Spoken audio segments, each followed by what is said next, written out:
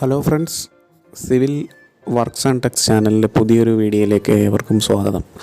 അപ്പം നമ്മൾ ഇന്ന് ഇവിടുത്തെ ഈ വീഡിയോയിൽ ഡിസ്കസ് ചെയ്യുന്നത് നമുക്ക് നമ്മുടെ കിച്ചണിലും നമ്മുടെ ബാത്റൂമിലുമൊക്കെ നമ്മൾ വാഷിംഗ് ബേസിൻ, നമ്മുടെ ക്ലോസറ്റുകൾ, പിന്നെ അങ്ങനെയുള്ള ഓരോ ഫിറ്റിങ്സുകളും നമുക്ക് കൊടുക്കുന്നതിൻ്റെ ആ ഒരു മെഷർമെൻറ്റാണ് ഞാൻ ഈ ഡ്രോയിങ്ങിൽ കൊടുത്തിരിക്കുന്നത്. നമുക്കിപ്പം നമ്മുടെ വാഷിംഗ് ബേസിൻ്റെ താഴെ നിന്നുള്ള ഹൈറ്റ്, നമ്മുടെ ഫ്ലഷ് ടാങ്കിൻ്റെ ഹൈറ്റ്, നമ്മുടെ ക്ലോസറ്റ് നമ്മുടെ സൈഡ് വാളിൽ നിന്ന് എത്ര മാറിയാണ് വന്നിരിക്കുന്നത്, അങ്ങനെയുള്ള എല്ലാ ഡീറ്റെയിൽസും ഈ ഡ്രോയിങ്ങിനകത്ത് കൊടുത്തിട്ടുണ്ട്.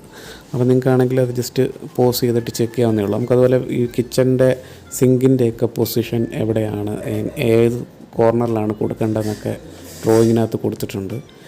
അതോടൊപ്പം തന്നെ നമുക്ക് അടുത്തത് മെയിനായിട്ട് വരുന്നത് നമ്മുടെ കിച്ചൺ സ്ലാബാണ്. നമ്മുടെ കിച്ചൺ സ്ലാബിൻ്റെ ഹൈറ്റ് ഒരു പ്രധാന ഘടകമാണ്. കാരണം എന്ന് വെച്ചാൽ നമ്മുടെ ഹൈറ്റ് കൂടിയാലും കുറഞ്ഞാലും നമുക്ക് ബാക്ക് പെയിനൊക്കെ ഉണ്ടാകാനായിട്ടുള്ള ചാൻസ് വളരെ കൂടുതലാണ്. അപ്പോൾ നമുക്ക് അതിൻ്റെ ഹൈറ്റ് നമുക്ക് എങ്ങനെ കൊടുക്കാം എന്നുള്ളതാണ്.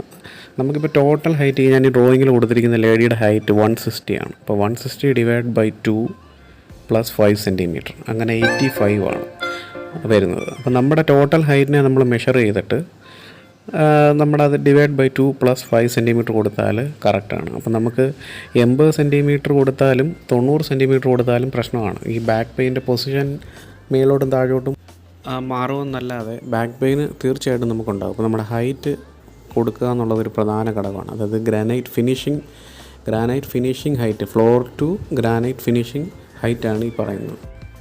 അപ്പോൾ ഈ വീഡിയോ നിങ്ങൾക്ക് ഇഷ്ടപ്പെട്ടുണ്ടെങ്കിൽ തീർച്ചയായിട്ടും ലൈക്ക് ചെയ്ത് സപ്പോർട്ട് ചെയ്യുക. Okay, thank you friends. Thank you for watching my video.